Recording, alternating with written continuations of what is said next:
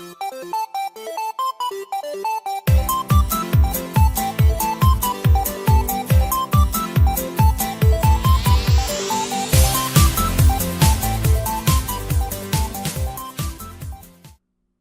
Guy, and welcome to episode 8 of the AMIGArama podcast. I'm your host Lorfarius, and this week we're going to be having a look at Team 17's Worms. Now before we get into the game, of course, we're going to have a look at some news, but first things first, I've had a bit of a problem with my A1200. Basically, the joystick port has been playing up, and I've been talking to a chap over on eBay who does like recapping services and stuff, and I was thinking like maybe I need to get it recapped and redone and everything. And then I started having a weird problem where my compact flash card just would not read properly at all. It was getting slower and slower. It would work fine in a PC. I managed to try it in another Amiga. It would work fine there. Just on this 1200, it just wouldn't read properly at all. I tried swapping out the compact flash adapter inside. I tried a new IDE cable. I even tried a new flash card, so I know it wasn't the flash card at all. But anyway, I went to this guy on eBay. He's basically going to supply me with a freshly recapped board. I will, of course, do your full recommendation because I know he listens to the podcast, but I'm just going to wait for it to arrive first. I'm quite excited, actually, because a freshly recapped board. I've got a brand new special... Well, I've got a special power pack for it, so I'm really looking forward to trying it out, so I'll report back on that. One of the bits of news I wanted to report this week is, I noticed this on Indie Retro News. Great site. I do get quite a lot of news off there, I will admit. But someone's released something called The Mirror Game. There is a trailer on there, and there's an LHA download and an ADF as well if you've only got like a Gotek drive or something, or you can burn the discs on. But this is a very unique game. It's all based around robots and puzzles, and you've got two robots on an individual screen which is split down the middle, and there's different puzzles on the left and right, and it's very hard to describe, but if you move the character left, the character on the other side, on the mirrored side, actually copies the movements, and you have to move them backwards and forwards and work your way through puzzles, and it's quite a unique thing to do, and it looks very, very tough. Like I said, there's a full video on there. I'll stick the link in the show notes, but I thought it was pretty interesting. Now, another thing that I noticed this week, I'm not sure, you're probably not aware of this if you're outside the UK, but back in the early to mid-90s, most of the regular gaming news come from a teletext TV service. Now, if you're not sure what teletext is, it's a bit like the internet for the TV back in the day. And basically, if you're watching normal TV, you press a text button and it'd be a black screen. It'd be very, very basic, like ASCII type pictures and coloured text and arts. It's very, very basic. It's not actual images on the screen and stuff. So you'd have all these different groups of people making almost like magazines, but news and information, selling holidays, shares, that sort of thing. And there was something called Digitizer, which was run by one chap called Mr. Biffle mainly, but back in the day it was quite a famous thing in the UK. I think it was said something like 1.2 million viewers or readers, I don't know what you call them, so to speak, but he quite well, and I don't know what the right word is, it's not well renowned, but quite infamous for the shocking lack of Amiga footage Amiga news and reviews, and they didn't really cover it as a system. And he's been doing something called Digitizer 2000, where he's been looking back at his time there, because he basically does like script writing and stuff. He doesn't work in games or anything anymore, but he does this site and he goes back over games. He does it in his spare time and thing. It's actually quite an entertaining site, because the whole thing back on teletext in the day was very, very funny. He did this whilst he was growing up, so I think he was in his early 20s or something like that. So he's practically, almost a kid, I suppose. I don't know if you can really call him that. But it was quite shocking that he absolutely hated on the Amiga, and people seemed very, very wound up and annoyed back in the day if you were into the Amiga to any degree. And I do remember quite a bit, because you wanted them to be covering the reviews, and there was all these great Amiga games that were coming out, and they just didn't do it. And he basically admitted the other day on his site, I'll stick a link in the show notes, but they just didn't have an Amiga because they had to buy all their own computers. And as time was going on and they did get the opportunity to get one, they sort of realised that the Amiga was coming towards the end of its days, because it would have been about 93, 94, and everything was moving away from that, and it was all focusing on games and stuff. And he does go into the reason quite properly, and it's actually quite entertaining, so it's well worth a read. Now, the other bit of news that I came across, there's a website called AMIGAX1000.blogspot.co.uk, and someone there has discovered that a model of monitor can actually take an Amiga signal through the back, because you have to have 15 kilohertz to get an Amiga out on VGA, which most mods, especially not these days, just will not take it. They don't have the modes for it. You might have a bit of luck if you go back, say, about 8, 9, 10 years even to find something, but that's not always easy to do. But this guy's discovered that the Acer V22 HQL, there's also a 19, so there might be a V19. I'm not entirely sure on that one. I will stick the link into the show notes.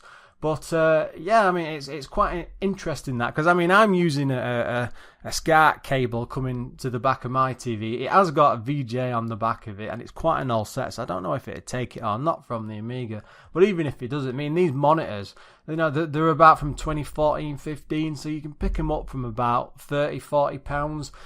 Maybe a bit more, it depends, I suppose, because postage is always a bit of a pain. But yeah, it's really great. You get a special VGA adapter for the back of the Amiga, and you're up and off you go. And this guy was testing out. There's loads of pictures on his blog site, and it's worked with all the games, and he's not had any problems. So probably the best picture you'll get out of an Amiga until like the HDMI converter comes out.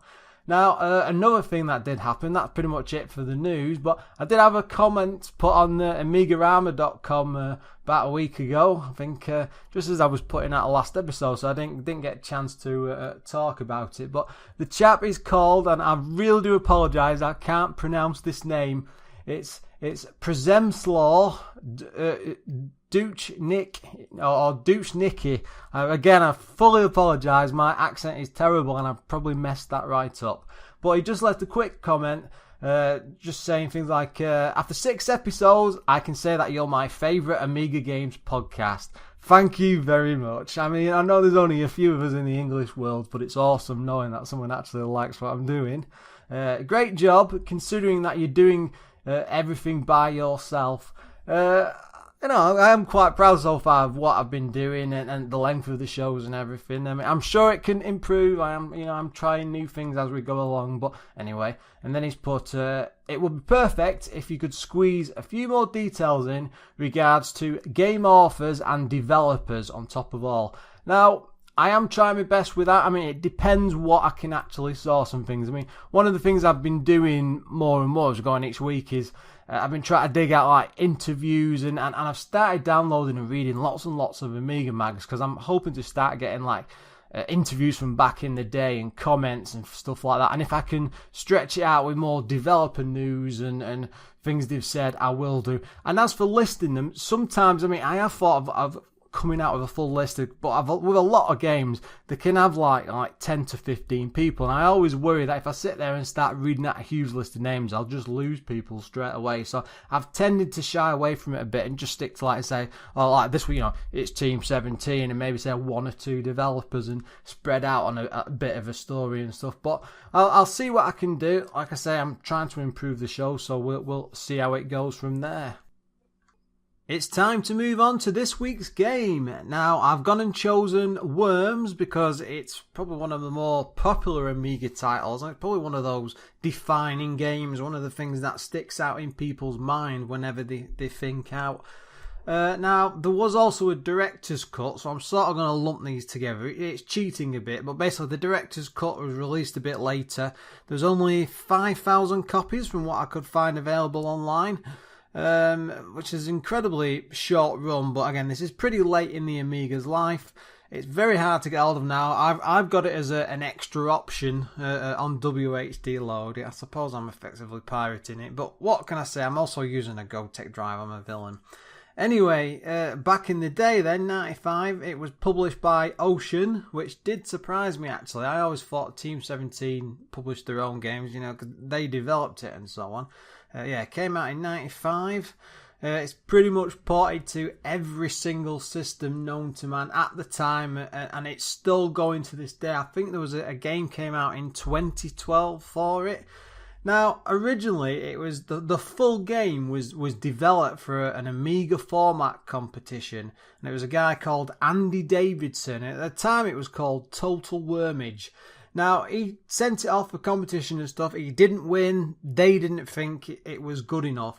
And then, just by chance, he went to a European computer trade show in 1994.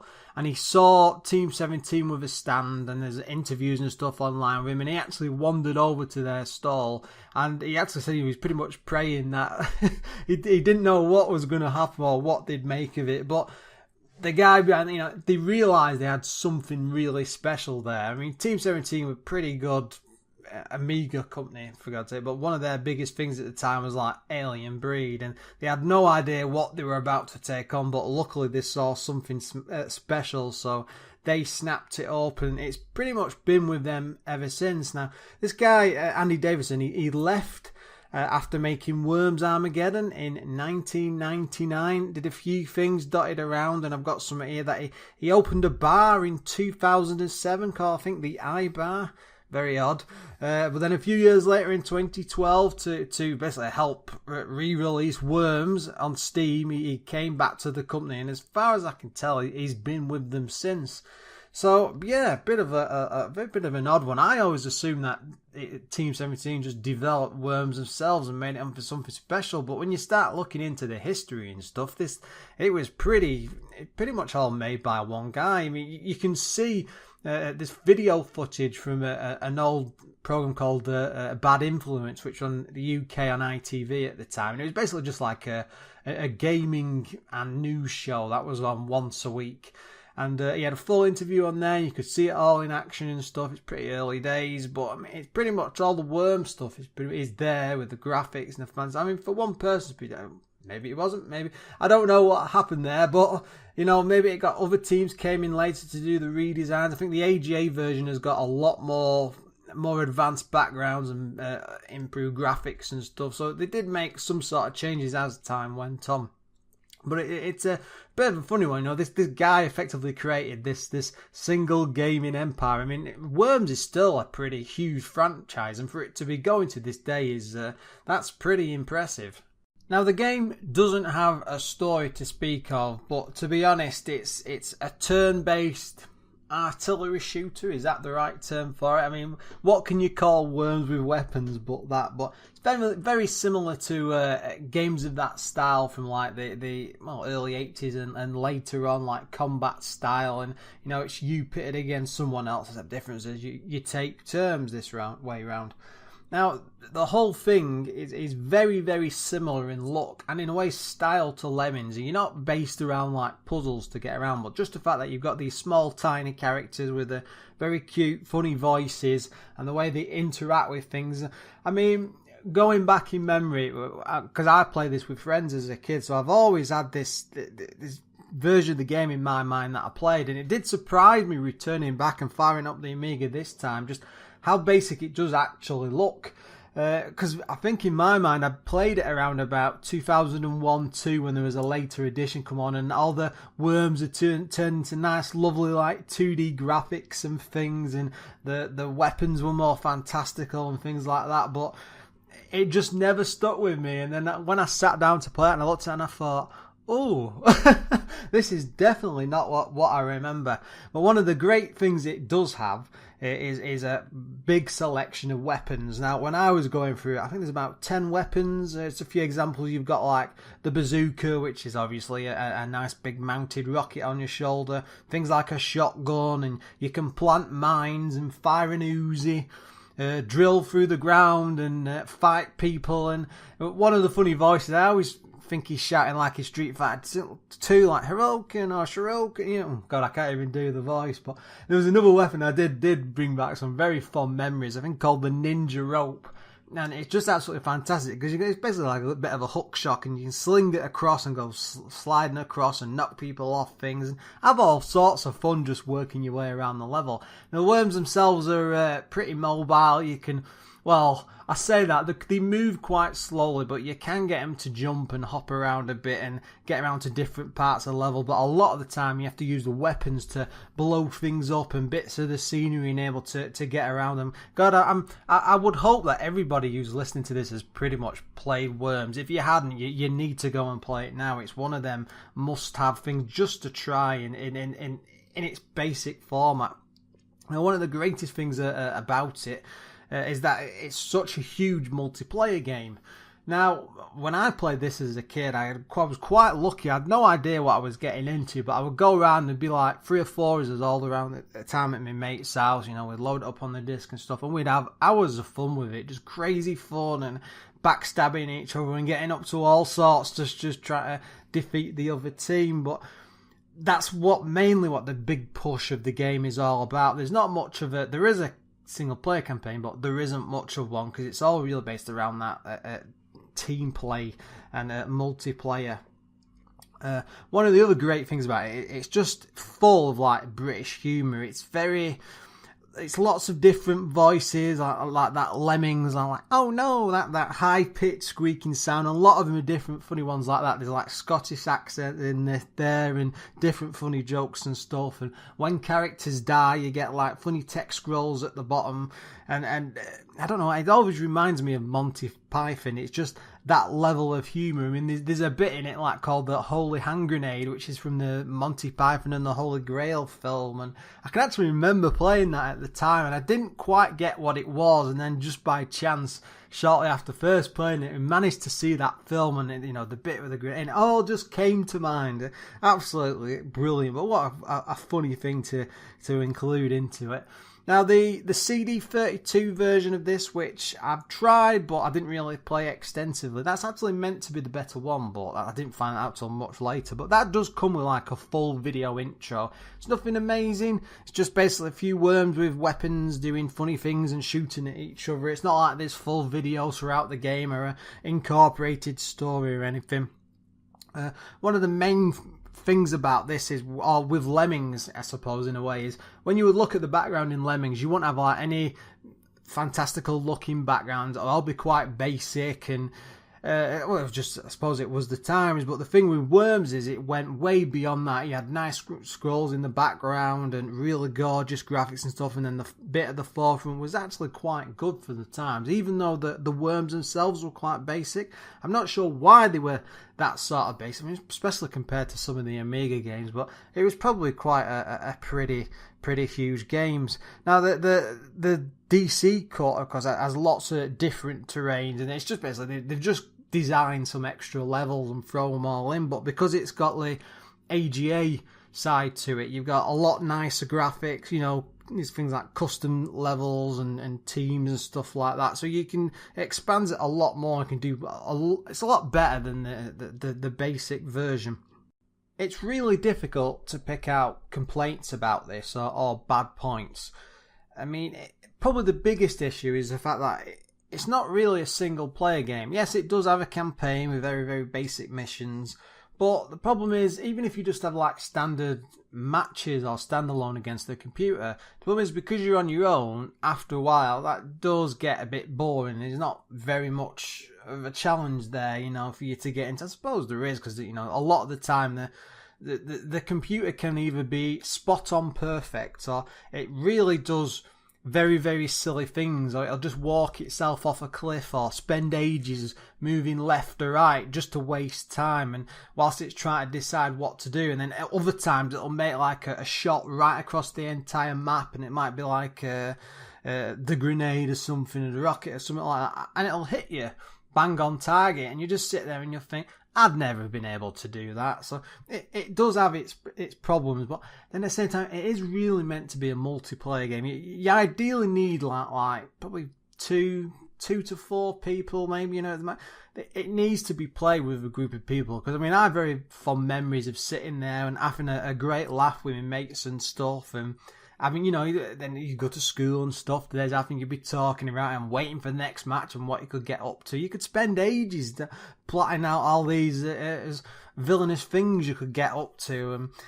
Another would be, and this is more of a personal thing, but I mean, I play the later games, so I was more used to seeing, at least in my mind, seeing all these different weapons and stuff like that. And it seems a bit basic only having 10 weapons, but again, at the time, it's like when you first played the original Lemmings, it's like, I think Lemmings 2 is meant to be the much better game with more things to do and better puzzles and stuff, but you've always got the original go back to, and just a shame, this could have probably just done with some more weapons in there. I don't know, I really am nitpicking just to get to it. So looks all I can pick on is like the lack of a single player campaign, the AI, and just me being terrible. What more can I say?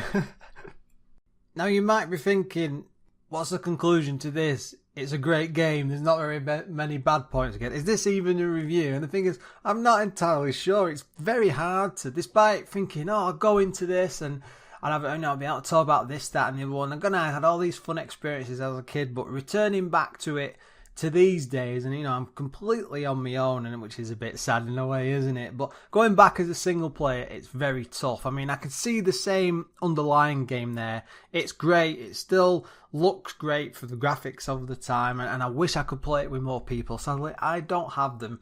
I mean, it did make me side wonder, because I think there is a way of getting the Amiga online, either with an Ethernet card in the side, or possibly a wireless card, something like that. I mean, does anybody know? Is there some sort of like Amiga Worms online community still going, or some sort of games? I might be talking absolute rubbish, but if you can get the system online, then effectively someone could jiggy something into the side of the game. You could probably have online matches with other people. I'm actually going to, if anybody knows anything, by all means stick that in the comments, because I'm going to have a lot. We could possibly come up with some challenge matches or something. Who knows? I'm just going off on a tangent there.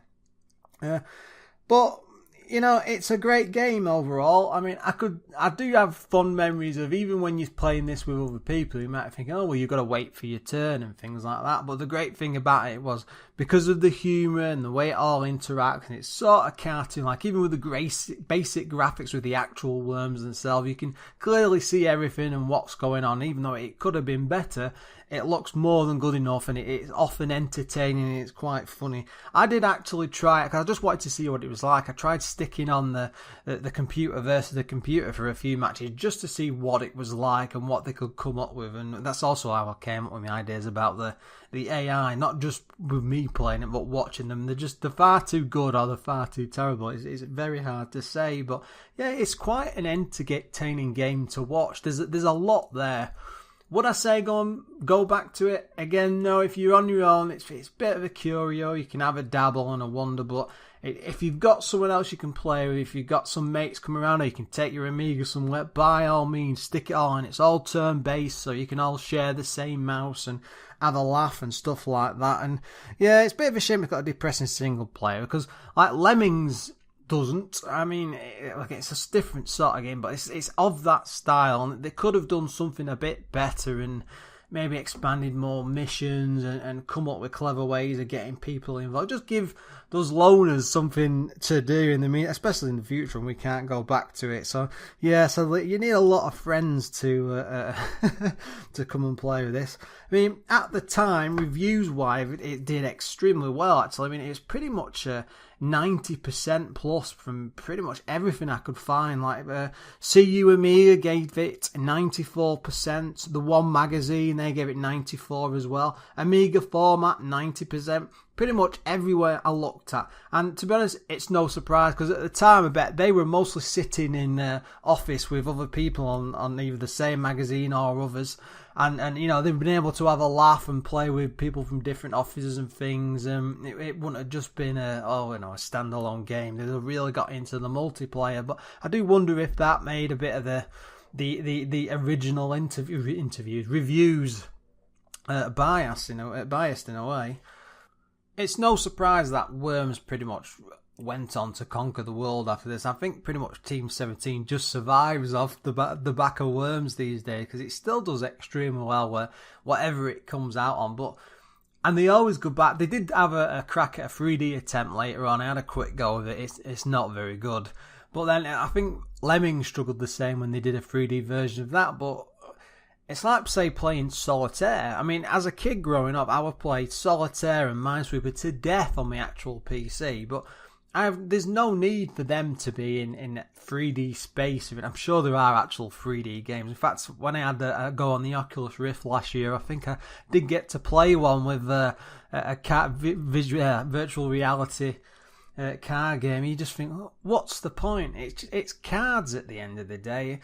And it's the same sort of thing with this. It's perfect in 2D. There's no need for them to go beyond that. And they pretty much stuck to that. I mean, look, different these days because they just tend to put in more weapons, expand the levels, and it's a bit graphically better. And in a way, it looks like the modern versions look like Angry Birds. So has it taken off like Angry Birds? Actually, I don't actually know because I'm not sure what the sales figures were like for the current game. But seeing as Team 17 don't really bring out masses and masses of games. You had the odd release along the way, like the Alien Breed titles, I think, on Xbox Live and stuff. So they pretty much flogged this to death, I think, as much as they can. But at least we're still getting Worms, I suppose. And I think the modern version actually has an online edition. So maybe you don't need the Amiga one. Who knows? But I'd be interested to find out.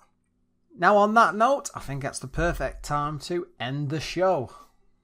And I just want to thank all you guys for listening. I know this is a new podcast and we are getting there quite well. I'm going to have mistakes and stuff going along the way, but I am trying my best.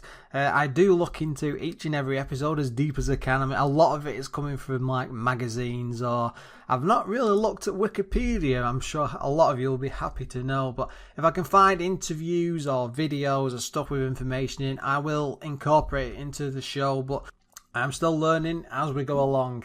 Anyway, guys, thanks for listening. As always, keep your ears open for next week's episode and look forward to it.